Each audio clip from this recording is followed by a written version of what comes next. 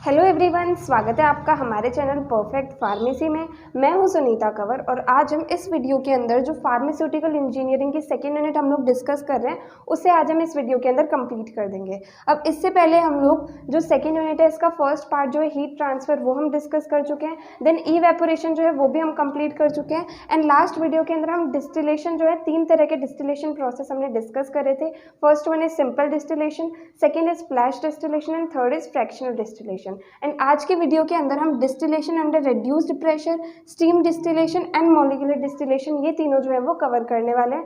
सो आज जो है हमारी सेकेंड यूनिट वो कंप्लीट हो जाएगी। सो सबसे पहले हम डिस्कस करेंगे डिस्टिलेशन अंडर रिड्यूस्ड प्रेशर। इसके नाम से हमें पता चल रहा है कि इस डिस्टिलेशन के प्रोसेस के टाइम हम लोग क्या करेंगे कि प्रेशर है उसे रिड्यूस करेंगे। ठीक है, सो इसके अंदर क्या होता है, प्रेशर को रिड्यूस करने के लिए वैक्यूम अप्लाई किया जाता है। ठीक है, वैक्यूम को अप्लाई करने से क्या होता है, प्रेशर कम हो जाता है, साथ ही साथ जो टेम्परेचर है वो भी कम हो जाता है। अब ये मेथड जो होता है मोस्टली उन लिक्विड्स के लिए यूज़ होता है जिनका जो बॉइलिंग पॉइंट है वो बहुत ज़्यादा होता है, जैसे कि उनका बॉइलिंग पॉइंट जो है 200 प्लस होता है। तो जब हम इसको हीट प्रोवाइड करते हैं तो इससे क्या होता है कि अगर हम सिंपल डिस्टिलेशन से इस प्रोसेस को करें तो उससे क्या होता है कि हीट हम प्रोवाइड करते हैं तो जब तक बॉइलिंग पॉइंट तक उसका टेम्परेचर पहुंचेगा उससे पहले ही जो हमारे पास लिक्विड है वो डीकम्पोज हो जाता है। ठीक है, तो इसलिए हम लोग क्या करते हैं, हम इसके लिए जो हाई बॉइलिंग पॉइंट वाले लिक्विड्स होते हैं उनके लिए हम डिस्टिलेशन अंडर रिड्यूस्ड प्रेशर ये वाला प्रोसेस जो है वो यूज़ करते हैं एंड इसके अंदर हम वैक्यूम की मदद से प्रेशर को कम कर देते हैं एंड जिसकी वजह से क्या होता है, इसका बॉइलिंग जो है वो कम टेम्परेचर के ऊपर स्टार्ट हो जाते हैं क्योंकि यहाँ पर हम जो है वैक्यूम को अप्लाई करते हैं। नाउ नेक्स्ट हम जानेंगे कि जो ये डिस्टिलेशन अंडर रिड्यूस्ड प्रेशर है किस प्रिंसिपल के ऊपर वर्क करता है। सो हमें पता है कि लिक्विड जो है वो कब बॉयल करता है, जब उसका वेपर प्रेशर जो है एटमॉस्फेरिक प्रेशर के इक्वल होता है। अब एटमॉस्फेरिक प्रेशर क्या होता है, ये वो प्रेशर होता है जो कि लिक्विड के सरफेस पे प्रेशर है। ठीक है, तो जब इसका जो लिक्विड का वेपर प्रेशर है वो एटमॉस्फेरिक प्रेशर के इक्वल हो जाएगा तब जो है लिक्विड बॉयल करना स्टार्ट करता है। ठीक है, तो इसके अंदर हम क्या करते हैं कि जो हमारा एक्सटर्नल प्रेशर है उसे हम रिड्यूस करते हैं वैक्यूम अप्लाई करके, जिसकी वजह से क्या होता है जो हमारा लिक्विड है उसका बॉइलिंग पॉइंट जो है वो डिक्रीज हो जाता है। ठीक है, तो इस वजह से क्या होता है कि लिक्विड जिसका बहुत ही ज़्यादा बॉइलिंग पॉइंट है वो वैक्यूम को अप्लाई करने की वजह से कम बॉइलिंग पॉइंट के ऊपर, कम टेम्परेचर के ऊपर ही वो बॉईल करने लग जाता है और उससे जो है वेपर फॉर्म होने लग जाता है। ठीक है, ये है इसका डिस्टिलेशन अंडर रिड्यूस्ड प्रेशर का प्रिंसिपल। ना इसका हम कंस्ट्रक्शन एंड डायग्राम एक बार देख लेते हैं। सो इसके अंदर जो है ये हमारे पास में डिस्टिलेशन फ्लास्क है जिसे क्लेसन फ्लास्क कहा जाता है। सो ये नाम जो है ये हमें अच्छे से याद रखना है, एग्जाम में हमारे पास 2 मार्क्स के अंदर क्वेश्चन आ सकता है कि क्लेसन फ्लास्क जो है इसे कौन से डिस्टिलेशन प्रोसेस के अंदर यूज़ किया जाता है, तो इसलिए हमें ये नाम याद रहना चाहिए। देन इसके अंदर जो है कैपिलरी ट्यूब यहाँ पर इंसर्टेड होती है, यहाँ पर एक पिंच कॉक प्रेजेंट होता है। ये पिंच कॉक क्या करता है, हम इसके अंदर क्या करें, वैक्यूम की मदद से प्रेशर को रिड्यूस कर रहे हैं। तो अगर जो प्रेशर है वो बहुत ही ज़्यादा लेवल तक रिड्यूस हो जाएगा तो पिंच कॉक से जो है हम लोग इसके अंदर एयर एंटर करा देंगे जिससे जो प्रेशर है वो मेंटेन हो जाएगा। ठीक है, देन वाटर बाथ की मदद से जो है हम यहाँ पर हीट प्रोवाइड करते हैं। देन यहाँ पर जो है थर्मोमीटर प्रेजेंट होता है, देन यहाँ पर कंडेंसर प्रेजेंट होता है एंड कंडेंसर के अंदर वाटर यहाँ से हम एंटर कराते हैं, यहाँ से रिमूव कर देते हैं। देन यहाँ पर हमारे पास एडाप्टर होता है एंड ये जो होता है वैक्यूम पंप से कनेक्टेड होता है एंड फाइनली यहाँ पर जो है हमारे पास में रिसीवर प्रेजेंट होता है। ठीक है, ये इसका कंप्लीट जो है कंस्ट्रक्शन है डिस्टिलेशन अंडर रिड्यूस्ड प्रेशर का। नाउ हम लोग देखते हैं कि जो डिस्टिलेशन अंडर रिड्यूस्ड प्रेशर है इसकी मैथडोलॉजी क्या होती है, मतलब कंप्लीट जो प्रोसेस है इसका वो किस तरीके से होता है। सबसे पहले इसके अंदर हम ये करेंगे, क्लेसन फ्लास्क है इसके अंदर उस लिक्विड को हम लोग डाल देंगे जिसका हमें डिस्टिलेशन करना है, जिसके अंदर हमें सेपरेशन प्रोसेस करना है। ठीक है, उसके बाद में थर्मोमीटर को एंड कैपिलरी ट्यूब को, इन दोनों को इनकी जगह पर हम लोग रख देंगे। देन यहाँ पर जो है हम वैक्यूम को अप्लाई करेंगे जिससे कि प्रेशर जो है यहाँ पर वो रिड्यूस हो जाए। उसके बाद में हम इसे हीट करना स्टार्ट करेंगे। अभी हीट होगा तो उसके बाद में क्या होगा, जो ये लिक्विड है वैक्यूम की मदद से जो इसका बॉइलिंग पॉइंट है उससे कम टेम्परेचर पर ही ये बॉईल होना स्टार्ट हो जाएगा।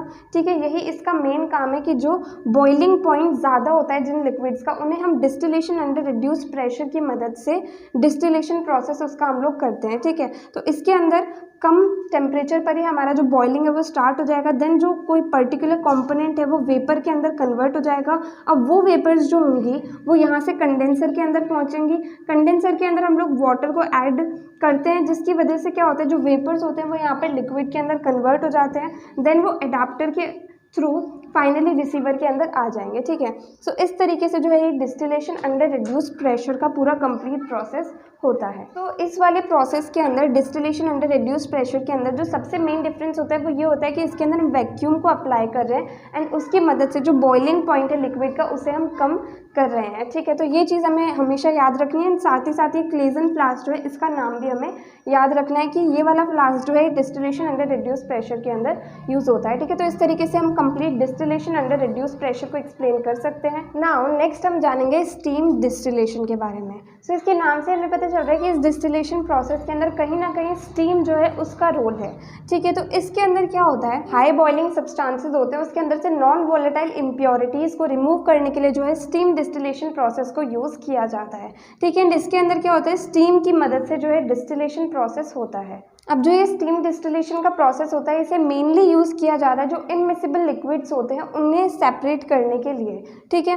एंड इस प्रोसेस के अंदर क्या होता है, ऐसे लिक्विड्स जिनका जो बॉइलिंग पॉइंट है वो बहुत ज़्यादा होता है उन्हें सेपरेट करने के लिए भी इस मेथड को यूज़ करा जाता है। क्योंकि क्या होता है, जिनका बॉइलिंग पॉइंट बहुत ज़्यादा होता है, ठीक है, उन सब्सटेंसेस को जब हम हीट प्रोवाइड करते हैं, मतलब किसी का वही जो 200 प्लस अगर किसी का बॉइलिंग पॉइंट है, ठीक है, 200 डिग्री सेल्सियस से ज़्यादा, तो जब हम उसे बॉईल करेंगे तो जब तक उसका टेम्परेचर जो है 200 डिग्री सेल्सियस तक पहुंचेगा उससे पहले ही जो हमारा लिक्विड है वो डिकम्पोज हो जाएगा, मतलब उसके अंदर जो भी हमारा सब्सटेंस है वो डिकम्पोज हो जाएगा। तो उससे हम प्रिवेंट करने के लिए क्या करते हैं, स्टीम को भी यूज़ करते हैं। अब स्टीम क्या होता है, ये अपनी भी हीट वहाँ पर प्रोवाइड करता है जिसकी वजह से क्या होता है कि जो हमारे पास में लिक्विड है वो जल्दी बॉयल होना स्टार्ट हो जाता है। तो इस तरीके से जो है स्टीम डिस्टिलेशन जो है वो जो सब्सटेंसेस जिनका हाई बॉइलिंग पॉइंट होता है उनके डिस्टिलेशन प्रोसेस के अंदर हेल्पफुल रहता है। नाउ नेक्स्ट हम देखते हैं कि जो स्टीम डिस्टिलेशन का प्रोसेस है इसका प्रिंसिपल क्या होता है। इसका प्रिंसिपल यहाँ पर लिखा हुआ है, a mixture of immiscible liquids begins to boil when the sum of the vapour pressures is equal to the atmospheric pressure. It happens because steam also has some boiling point and vapour pressure which mixes with the pressure of organic substance and reaches to its atmospheric pressure and liquid convert into vapours. So इसके अंदर क्या बोला है, सबसे पहले तो ये चीज़ है कि जो इमिसिबल लिक्विड्स होते हैं या कोई भी लिक्विड है वो बॉयल कब होता है, जब उसका वेपर प्रेशर जो होता है वो एटमॉस्फेरिक प्रेशर के इक्वल होता है, ठीक है। अब इसके अंदर क्या होगा, हम स्टीम को भी प्रोवाइड यहाँ पर हम कर देते हैं, तो इसकी वजह से जो लिक्विड है उसका बॉइलिंग पॉइंट जो है वो थोड़ा कम हो जाता है एंड वो जल्दी जो है बॉईल होना स्टार्ट हो जाता है। ऐसा क्यों होता है, क्योंकि जो स्टीम है उसका भी कुछ ना कुछ boiling point and vapour pressure रहता है जो ऑर्गेनिक सब्सटेंस जो हमारे पास है उसके साथ में मिक्स हो जाता है और उसके एटमॉस्फेरिक प्रेशर तक जल्दी पहुंच जाता है, जिसकी वजह से लिक्विड जो है वो वेपर्स के अंदर कन्वर्ट हो जाते हैं, ठीक है। सो यही इसका सिंपल सा प्रिंसिपल है कि स्टीम की मदद से जो हमारे पास में लिक्विड मिक्सचर है वो जल्दी अपने बॉइलिंग पॉइंट तक पहुंच जाता है, बॉयल हो जाता है एंड वेपर्स के अंदर कन्वर्ट हो जाता है, ठीक है। नाउ इसका कंस्ट्रक्शन जो है वो किस तरीके से है, सबसे पहले हमारे पास में स्टीम कैन प्रेजेंट है, ठीक है। अब ये स्टीम कैन होता क्या है, सबसे पहले हम इसके अंदर वाटर ऐड करते हैं, देन वाटर बॉईल होकर के क्या होता है स्टीम के अंदर कन्वर्ट होना शुरू हो जाता है, तो ये होता है स्टीम कैन। अब इसके अंदर एक सेफ्टी ट्यूब भी लगी होती है कि अगर स्टीम जो है उसका ज़्यादा प्रोडक्शन हो जाए, यहाँ पर टेम्परेचर बहुत ज़्यादा हो जाए, तो वो चीज़ हमें सेफ्टी ट्यूब जो है इससे पता चल जाती है, ठीक है। देन इसके बाद में यहाँ पर एक बेंड ट्यूब है जो कि हमारे पास में जो डिस्टिलेशन फ्लास्क है उसके अंदर जा रही है, ठीक है। ये जो डिस्टिलेशन फ्लास्क है इसके अंदर जो लिक्विड मिक्सचर है जिसका हमें डिस्टिलेशन करना है उसे हम इसके अंदर रखते हैं, ठीक है। देन इसके बाद में ये जो है डिलीवरी ट्यूब है, देन ये कंडेंसर है जिसके अंदर यहाँ से वाटर एंटर करते हैं, यहाँ से रिमूव हो जाता है, ठीक है। देन यहाँ पर एडाप्टर है, देन यहाँ पर रिसीवर है एंड फाइनली हमारे पास जो है कंप्लीट डिस्टिलेशन का प्रोसेस हो जाएगा। उसके बाद में जो डिस्टिलेट है वो हमें यहाँ पर रिसीवर के अंदर मिल जाएगा, ठीक है। नाउ इसकी जो मैथडोलॉजी या फिर जो इसका प्रोसेस होता है स्टीम डिस्टिलेशन का वो हम लोग देखते हैं। सो सबसे पहले हम लोग क्या करते हैं, स्टीम कैन के अंदर वाटर फिल करते हैं, ठीक है। एंड जो ये हमारा डिस्टिलेटिंग फ्लास्क होता है इसके अंदर हमारे पास जो इमिसिबल लिक्विड्स है उन्हें हम डालते हैं, साथ ही साथ थोड़ा सा वाटर भी हम इसके अंदर डालते हैं। एंड हमें ये ध्यान रखना है कि ये वाटर जो है वो जो हमारे पास में लिक्विड मिक्सचर है उसके साथ में मिसिबल नहीं होना चाहिए, मतलब उसके साथ जो है वो मिक्स नहीं होना चाहिए, वाटर अलग रहना चाहिए एंड जो लिक्विड मिक्सचर है वो अलग रहना चाहिए, ठीक है। देन हम यहाँ पर एंड यहाँ पर दोनों जगह पर एक साथ हीट प्रोवाइड करेंगे। सो यहाँ जो ये वाटर है ये स्टीम के अंदर कन्वर्ट होना शुरू हो जाएगा, देन ये बेंड ट्यूब से यहाँ पर जो है स्टीम पहुंचेगी, ठीक है। अब ये स्टीम जो है इसके बॉइलिंग पॉइंट को जल्दी अचीव होने में मदद करेगी। अब स्टीम से भी क्या हो रहा है, इसके अंदर हीट प्रोवाइड हो रही है, ठीक है, एंड यहाँ से भी हीट प्रोवाइड हो रही है, तो इसकी वजह से क्या होगा, इसका बॉइलिंग पॉइंट जो है इस लिक्विड का वो थोड़ा कम हो जाएगा एंड ये जो है कम टेम्परेचर पे जल्दी से बॉईल होने लग जाएगी, ठीक है। देन बॉईल होकर के यहाँ पर वेपर्स हमारे फॉर्म होंगे एंड वेपर्स जो है वो यहाँ डिलीवरी ट्यूब से जाकर के कंडेंसर में चले जाएंगे। कंडेंसर में क्या होगा, वेपर्स जो है वो लिक्विड के अंदर कन्वर्ट हो जाएंगे। देन एडाप्टर की हेल्प से वो फाइनली हमारे पास रिसीवर के अंदर कलेक्ट हो जाएंगे। अब जो यहाँ रिसीवर है इसके अंदर हमने वाटर भी ऐड करा है, तो कुछ वाटर भी उसके अंदर आएगा एंड जो ऑर्गेनिक सॉल्वेंट है हमारे पास में वो भी यहाँ पर आएगा। बट ये दोनों क्या होता है कि इन दोनों की अलग अलग लेयर्स बन जाती है, तो इस वजह से वाटर को एंड जो हमारे पास ऑर्गेनिक सॉल्वेंट है उन्हें हम अलग अलग सेपरेट कर सकते हैं, ठीक है। अब जब हमारे पास एक कंपोनेंट इधर आ गया तो हम रिसीवर को चेंज कर सकते हैं, जो दूसरा कंपोनेंट है उसे भी हम इसी सेम प्रोसेस से सेपरेट कर सकते हैं, ठीक है। तो इस तरीके से हम सिंपली स्टीम डिस्टिलेशन जो है उसे एक्सप्लेन कर सकते हैं, आपको अच्छे से समझ में आ गया होगा। नाउ नेक्स्ट जो डिस्टिलेशन प्रोसेस है वो है मॉलिक्यूलर डिस्टिलेशन। इसे जो है इवेपोरेटिव डिस्टिलेशन या फिर शॉर्ट पाथ डिस्टिलेशन भी कहा जाता है। अब जितने भी डिस्टिलेशन प्रोसेस है उनके जो दूसरे नाम है वो भी हमें ध्यान रखने हैं, क्योंकि अगर एग्जाम के अंदर क्वेश्चन किसी दूसरे नाम से आ गया तो फिर हम वो डिस्टिलेशन प्रोसेस हमें आता होगा लेकिन फिर भी हम उसे नहीं लिख पाएंगे। तो इसलिए जितने भी डिस्टिलेशन के दूसरे नाम भी बताएं वो भी आपको याद रखने हैं, ठीक है। नाउ मॉलिक्यूलर डिस्टिलेशन होता क्या है, ये एक ऐसा डिस्टिलेशन प्रोसेस होता है जिसके अंदर वेपर फेज के अंदर हर एक जो मॉलिक्यूल होता है वो मीन फ्री पाथ ट्रैवल करता है, देन उसके बाद में कंडेंस हो जाता है एंड इसके अंदर कोई भी जो मॉलिक्यूल्स हैं उनके बीच में कोलिजन नहीं होता वैक्यूम अप्लाई करने के बाद भी, ठीक है ना। इसका जो है मॉलिक्यूलर डिस्टिलेशन का इसका प्रिंसिपल क्या होगा, इसके अंदर क्या होता है, ऐसे सब्सटेंसेस जो हैं उन्हें डिस्टिलेशन कराया जाता है उनका जिनका जो वेपर प्रेशर है वो बहुत ही कम होता है एंड जो टेम्परेचर जिसके ऊपर वो बॉईल करते हैं वो जो है वो बहुत ज़्यादा होता है। जैसे कि विस्कस लिक्विड्स हो गए, ऑयल्स हो गए, ग्रीस हो गए, वैक्सी मटेरियल्स हो गए या फिर हाई मॉलिक्यूलर वेट सब्सटेंसेस हो गए। ये सब जो इनका वेपर प्रेशर तो बहुत कम होता है बट इनका जो टेम्परेचर होता है वो बहुत ज़्यादा होता है, ये ज़्यादा टेम्परेचर के ऊपर बॉईल करते हैं, ठीक है। अब इनके बॉइलिंग पॉइंट को डिक्रीज़ करने के लिए हम लोग क्या करते हैं, वैक्यूम को अप्लाई करते हैं। ऐसा ही हमने डिस्टिलेशन अंडर रिड्यूस्ड प्रेशर वाला जो प्रोसेस था उसके अंदर भी हमने वैक्यूम अप्लाई करा था एंड बॉइलिंग पॉइंट को रिड्यूस करा था। तो वही सेम चीज़ जो है मॉलिक्यूलर डिस्टिलेशन के अंदर भी करते हैं। सो इसके अंदर हम लोग क्या करेंगे, वैक्यूम अप्लाई कर देंगे जिसकी वजह से क्या होगा, जो बॉइलिंग पॉइंट है लिक्विड का वो कम हो जाएगा। तो इसकी वजह से क्या होगा कि जल्दी जो होंगे सारे के सारे लिक्विड वो बॉईल होने लग जाएंगे। अब यहाँ पर क्या होगा, जो लिक्विड के जस्ट ऊपर वेपर प्रेशर वो बहुत ही कम होगा एज़ कम्पेयर टू जो सैचुरेटेड वेपर का वेपर प्रेशर है इक्विलिब्रियम के अंदर, ठीक है। अब वैक्यूम अप्लाई करने की वजह से क्या हुआ, प्रेशर जो है वो बहुत ही कम हो गया। तो जो डिस्टेंस होगा इवेपोरेटिंग सरफेस एंड जो कंडेंसर है उन दोनों के बीच में वो अप्रॉक्सीमेटली इक्वल होगा मीन फ्री पाथ जो है वेपर मॉलिक्यूल्स का उसके, ठीक है। अब जो मॉलिक्यूल्स जो हैं जो लिक्विड को लीव कर रही हैं वो क्या होंगे, मतलब क्या हुआ, जो ऐसे मॉलिक्यूल्स जो कि सरफेस ऑफ लिक्विड को छोड़ करके बॉईल होकर के ऊपर की तरफ जा रहे हैं, ठीक है, वो क्या होंगे, एक दूसरे से कोलाइड होने की जगह जल्दी से कंडेंसर के अंदर चले जाएंगे। तो इस तरीके से जो है एक पर्टिकुलर कंपोनेंट जो उसका कंडेंसेशन होकर के एंड फाइनली वापस से जो है हमें वो लिक्विड के रूप में अलग से मिल जाएगा। इसका क्या सिंपली मतलब हुआ, मॉलिक्यूलर डिस्टिलेशन का सिंपली ये प्रिंसिपल हो गया कि जो हाई बॉइलिंग सब्सटेंसेस होते हैं उन पे हम वैक्यूम अप्लाई करके उनके बॉइलिंग पॉइंट को कम करते हैं, ठीक है। एंड इस तरीके से कम हो जाता है कि जो डिस्टेंस होता है इवेपोरेटिंग सरफेस के बीच में एंड जो कंडेंसर है उन दोनों के बीच में वो अप्रॉक्सीमेटली मीन फ्री पाथ के इक्वल होता है, जिसकी वजह से जो वेपर्स होते हैं वो जल्दी से कंडेंसेट हो जाते हैं एंड फाइनली हमें जो है रिसीवर के अंदर मिल जाते हैं, ठीक है। नाउ जो मेन फ्री पाथ है मॉलिक्यूल का वो एग्जैक्टली होता क्या है, मेन फ्री पाथ जो होता है ये एवरेज डिस्टेंस होता है जिससे कि जो मॉलिक्यूल होते हैं वो ट्रैवल करते हैं बिना एक दूसरे से कोलाइड हुए। मतलब जैसे हमारे पास में एक बीकर है, ठीक है, उसके अंदर लिक्विड प्रेजेंट है एंड वो लिक्विड बॉईल होना शुरू हुआ तो उसके जो मॉलिक्यूल्स है वो ट्रैवल कर रहे हैं, तो वो मॉलिक्यूल्स जितनी दूर तक जा सकते हैं बिना एक दूसरे से कोलाइड हुए उस पाथ को जो है मीन फ्री पाथ कहा जाता है, ठीक है। अब इसका फॉर्मूला क्या होता है, मीन पाथ जो है उसे हम लैम्डा से रिप्रेजेंट करते हैं, इट इज़ इक्वल टू नीटा √3 डिवाइडेड बाय पी अपॉन में रो। यहाँ पर P जो है वो वेपर प्रेशर होगा, रो जो है वो डेंसिटी होगी, नीटा जो है वो विस्कोसिटी एंड लैम्डा जो है ये तो मीन पाथ लेंथ है ही, ठीक है। एंड यहाँ पर जो ये मीन फ्री पाथ होता है वो हैवी मॉलिक्यूल्स जो होते हैं उनके लिए तो बहुत ही कम होता है क्योंकि वो क्या करते हैं जल्दी ही कोलाइड कर जाते हैं एंड जो लाइट मॉलिक्यूल्स होते हैं उनके लिए जो मीन फ्री पाथ होता है वो थोड़ा सा ज़्यादा होता है। अब जो मॉलिक्यूलर डिस्टिलेशन है, इसके लिए जो अपैरेटस होते हैं वो लिक्विड फिल्म के फॉर्मेशन का मेथड क्या है उसके ऊपर बेस्ड होते हुए ये दो टाइप के अपैरेटस होते हैं।